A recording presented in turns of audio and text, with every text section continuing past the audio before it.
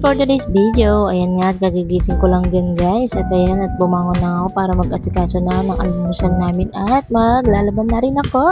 Ito na nga, nagsalang na nga ako ng aking mga labahan. Inulo ko na yung puti, tapos nagsaing na rin. At magluluto na rin ng almusal tanghalian. So, kasama na yan guys. Ako, isang lutuan na lang yan.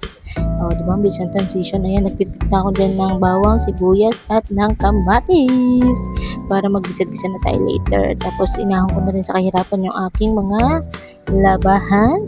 Ayan. Tapos, nagsanang na ako ulit ng panibago. Hindi kulay naman guys. So, after nyan, nagsimula na rin akong magluto. Ayan. Nagpainit ako ng mantika dyan. Tapos, inuna ko na rin dyan yung bawang. Ayan. Sinutay ko lang and yung sibuyas. Ayan, sinutay ko lang siya dyan. Tapos, ayan, natapos na rin yung aking sinaing. Ayan, tinanggal ko na rin sa saksakan. Tapos, inahon ko na rin yung mga dikulay dyan, guys, para mabanlaw ako na mamaya after kong magluto. Ayan.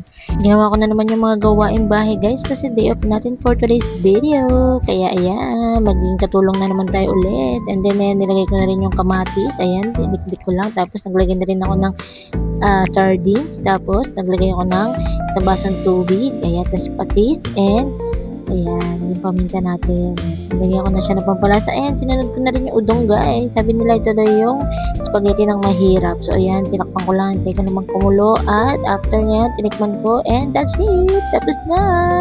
Tapos nagbanlaw na agad ako guys dahil naghahabol ako ng oras dyan dahil yung Junakis ko 12 PM ang paso. Habang nagbabanlaw nga ako dyan kumakain na siya dyan. Kaya lang habang nagbabanlaw ako bunga nga rin ako ng bunga kasi napakabagal kumain. Marami kasing chachiburechi itong batang to pag kumakain. Lalo na baga pag hindi niya gusto yung ulam. Hay nako, mamumuti talaga yung hindi dapat mamuti sa'yo. Hay nako. Kaya habang nagbubunga nga ako dyan di ko na namalayan pangatlong banlaw ko na pala to.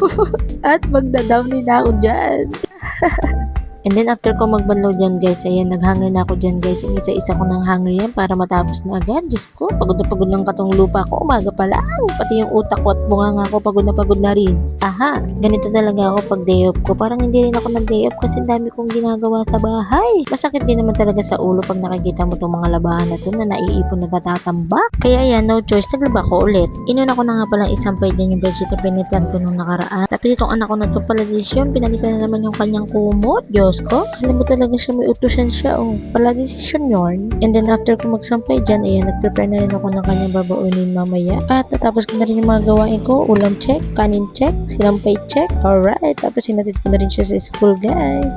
And then pagka uwi, ayan, naglinis lang ako ng konti. Tapos music na ako agad. At nagbuni-buni na nga ang lola mong gata. At hindi ko namamalayan na yan. Alas 4 na pala ng hapon.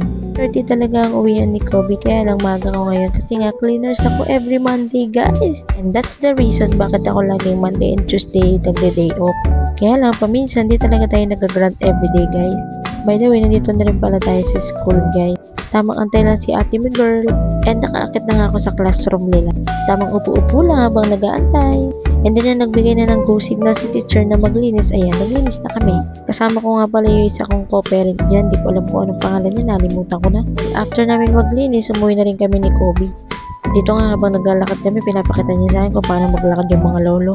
So, yun lang for today's video guys. Thank you for watching. Bye!